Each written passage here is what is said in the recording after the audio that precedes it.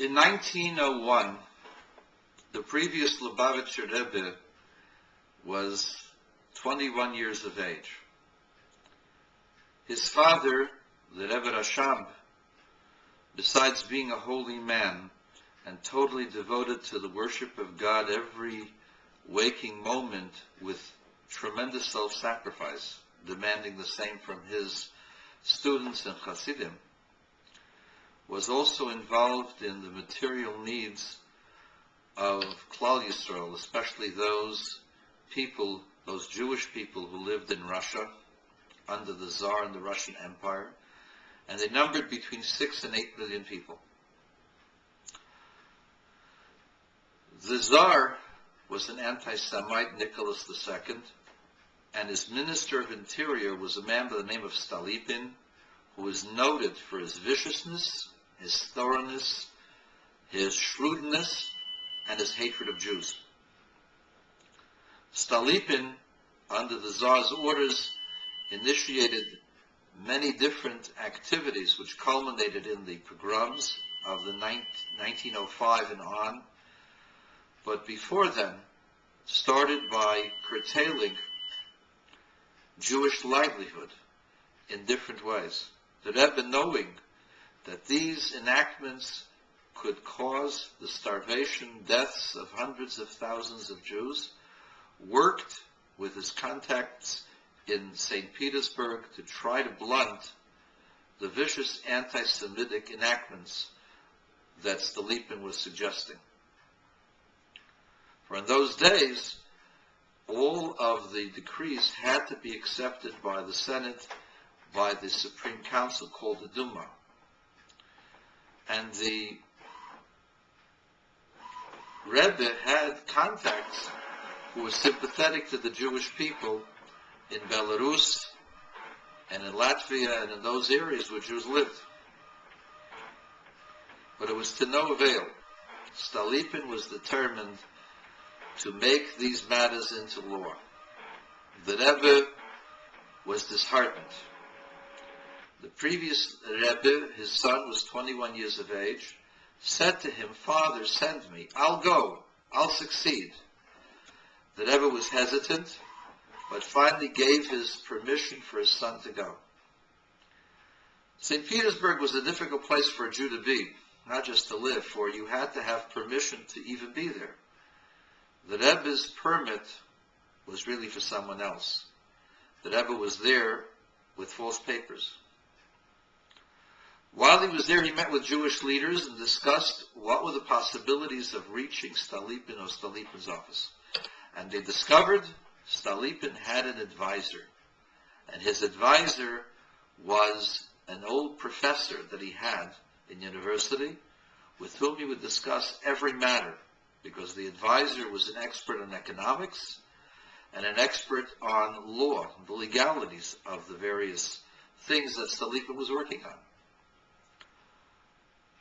And so the Rebbe tried to get a meeting with this advisor, but the advisor, knowing that a meeting with a man as the previous Rebbe was, that this could jeopardize his relationship with Stalipin and could eventually bring him into the position where he would be persecuted.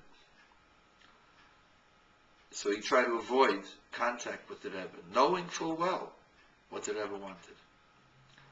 The advisor had his wife given a pair of earrings that were worth a fortune, 30,000 rubles. In those days, $1 million easily. She was very proud of her earrings, and she lost one of the set. She was totally distraught. The Hasidim found out what the set looked like and made an exact copy. They brought the copy to the wife and said, "We're giving this to you on one condition." What's the condition? That you set up an appointment between your husband and the LUBAVITCHER of his son. Yeah, what's the big deal? He'll meet a rabbi. So what? She'll have the earring. What's the big deal? And so she began to nag her husband for a meeting. The husband finally relented and says, "Okay, next Friday night in our summer cottage in the countryside. The message was sent to the Hasidim who related to the Rebbe, and he said, fine. The problem was the summer home was in an area that was restricted, that no Jewish person was allowed to walk in those areas.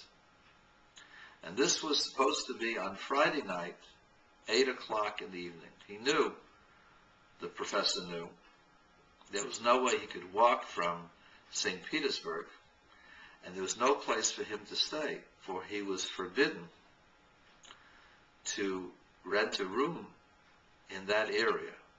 No Jews allowed, period. The Rebbe was undaunted.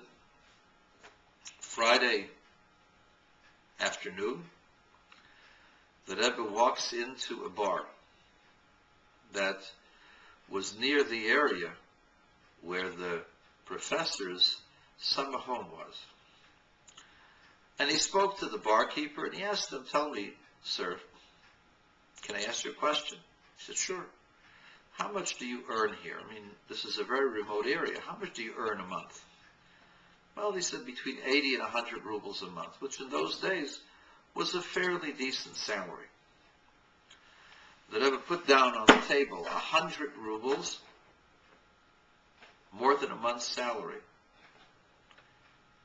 And he said, listen, I need to stay here for the Shabbos. I have a special reason to be here. You'll give me a place where to sleep. I have my own food. And but I have an appointment at 8 o'clock at this and this address. I want you at 7 o'clock to close the bar and walk me to this place where I can go in. The man was hesitant, but he agreed. And you have to imagine this. The Rebbe in his spodek, his shtreimel, sitting with his long coat and praying and davening at a time when the Gentiles were coming in and getting drunk with all of their activities and their games, as they do in a bar today, maybe even worse. And the Rebbe had to stand this even while he was davening and saying the Kiddush and eating his Shabbos meal. At exactly 7 o'clock, the Rebbe motioned to the barkeeper, he's got to close the bar. The barkeeper announced that an emergency has happened. He'll have to close the bar now, and he invites the people to come back the next day, and it'll be open all Saturday night. After everybody leaves, the Rebbe leaves with the barkeeper in the direction of the